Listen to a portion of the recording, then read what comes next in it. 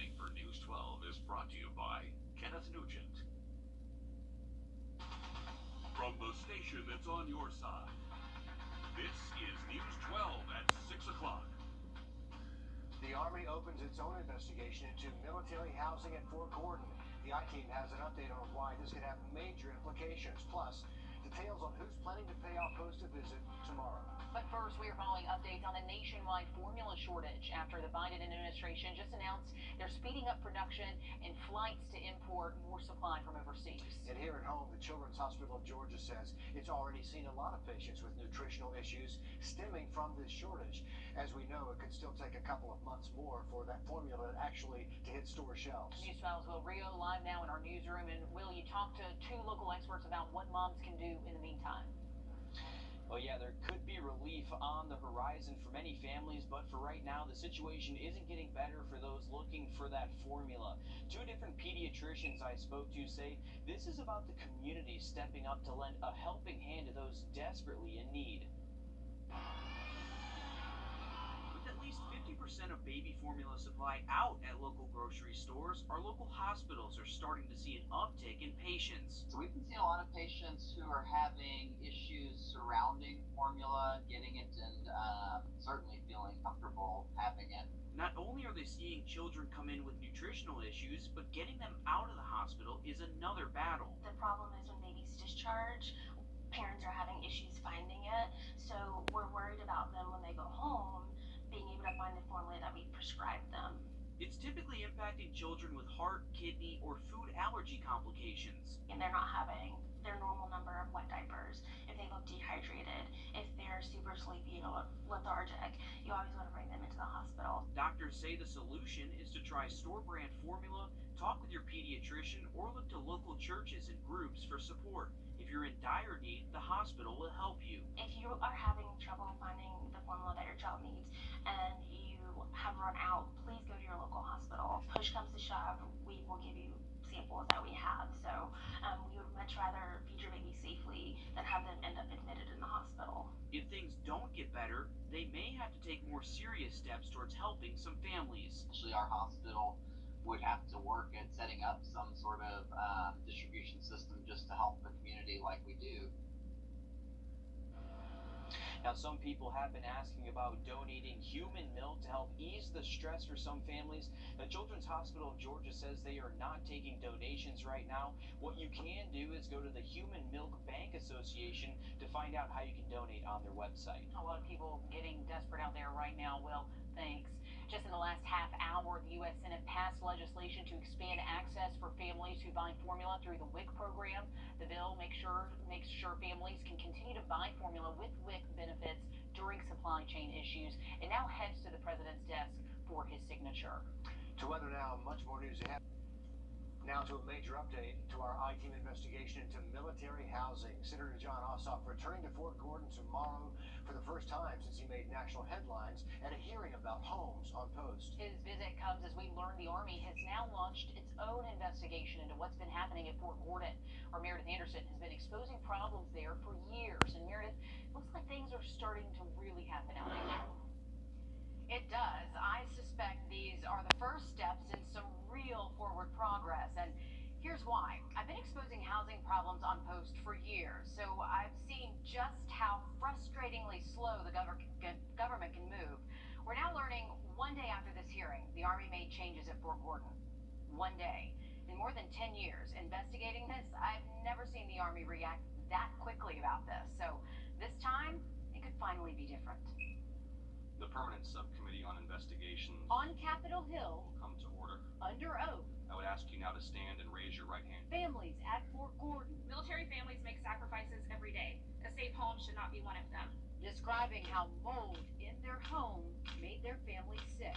She is diagnosed with a condition called severe atopic dermatitis to the point where it's potentially fatal. She resembles a burn victim at her worst. All of this, the result of an 8-month-long bipartisan investigation into how the private company in charge of housing on Post continued to treat military families, even after Balfour Beatty pleaded guilty to defrauding the U.S. government. A decade-long I-Team investigation into. But before Senator Ossoff investigated, The I-team did. Wow. And what we uncovered was cited multiple times in the subcommittee's investigation. And I commend you and your team for that investigative work. Thank you. 2 weeks later, the Assistant Secretary of the Army for Installations told Congress she had already taken action. The day after the report was released, I wrote to Balfour Beatty indicating that I had directed an immediate investigation at Fort Gordon to be overseen by the Commanding General of the Army Materiel Command. And that's not all. Jacobson went on to say there is now additional focus on Balfour Beatty's finances here, locally. We are also performing an audit of Balfour Beatty's property management records at Fort Gordon, and we are suspending any requests for incentive fees at this time. Last December, Balfour Beatty admitted to criminal behavior where employees manipulated and falsified work orders to get bonus checks. The company was ordered to pay more than $65 million in fines and restitution. Still, the PSI alleges work order problems continued. Captain Samuel Cho testified he reported mold problems in his Fort Gordon home, but was instructed to stop entering work orders about it. So Balfour personnel told you to cease using the online portal and instead to place those requests for help directly in person or by phone? Yes, that's correct. Not just a supervisor, it was the manager of the Balfour Beatty communities at Fort Gordon herself. Another family submitted 4 separate repair requests about a water leak and mold growth. Balfour Beatty characterized the requests as plumbing and painting issues. Once again, work orders, not painting an accurate picture. It is our obligation to treat our soldiers and their families with dignity. Assistant Secretary Jacobson says she's asked the Army's General Counsel to take another look at the Army's complicated 50-year agreement with Balfour Beatty to let her know what other action she can legally take against the company, including amending contracts when Balfour Beatty does not meet standards. And she doesn't stop there. She says if the contracts do not give the Army enough authority to step in and enforce the proper treatment of our servicemen and women, then she could get Congress involved. Now again, this is the Assistant Secretary of the Army for Installations. Some of the allegations in this report could be criminal, so the Department of Justice could still get involved, and same goes for Congress. We'll keep watching, but in the meantime, I plan to be there for Senator Ossoff's visit tomorrow. Of course, I'll keep you updated. All right, thanks for staying on top of that, Meredith. Our I-team has been following this, as we mentioned, for more than 10 years now. You can catch up on years of investigating, including last month in Washington, D.C. on our Roku, Fire TV stick, or Apple TV app. Just search WRDW on those devices for all of the latest happenings in our community.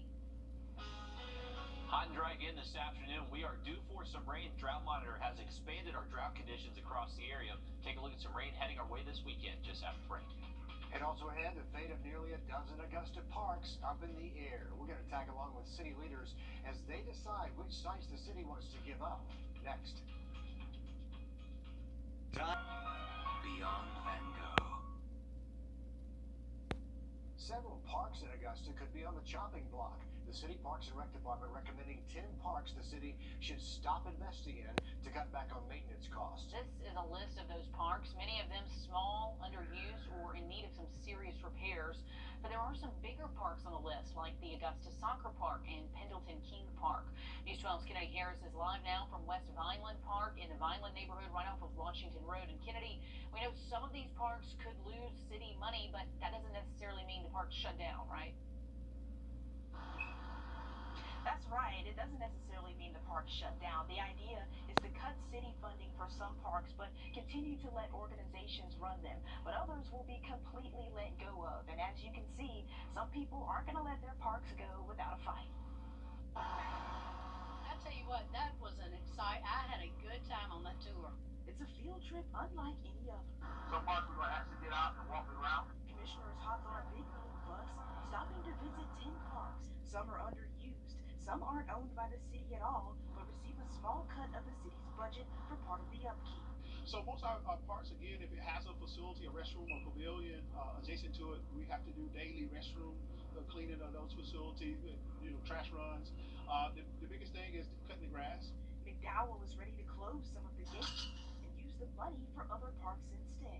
Focusing on some of our regional parks, our Diamond Lakes, our Riverwalk, our Augusta Commons. Not everyone was happy to see the big bus stop in their green space. Even the act of considering closing this park is absurd. I have a dog and I come to the dog park. I like to walk on the trails. We meet here. I mean, it's just a lovely park. Some parks like Dowdy and Meadowbrook have suffered from lack of investment and can cost millions to renovate. Others like Boykin are barely used and just empty. Yeah, you could look and tell it was in very bad shape. Actually, I saw about 4 or 5 parks I didn't even know existed. But the decision of which parks to cut won't be an easy one. No, I would not get rid of all 10. No way. Maybe there might be 1 or 2 that I would question.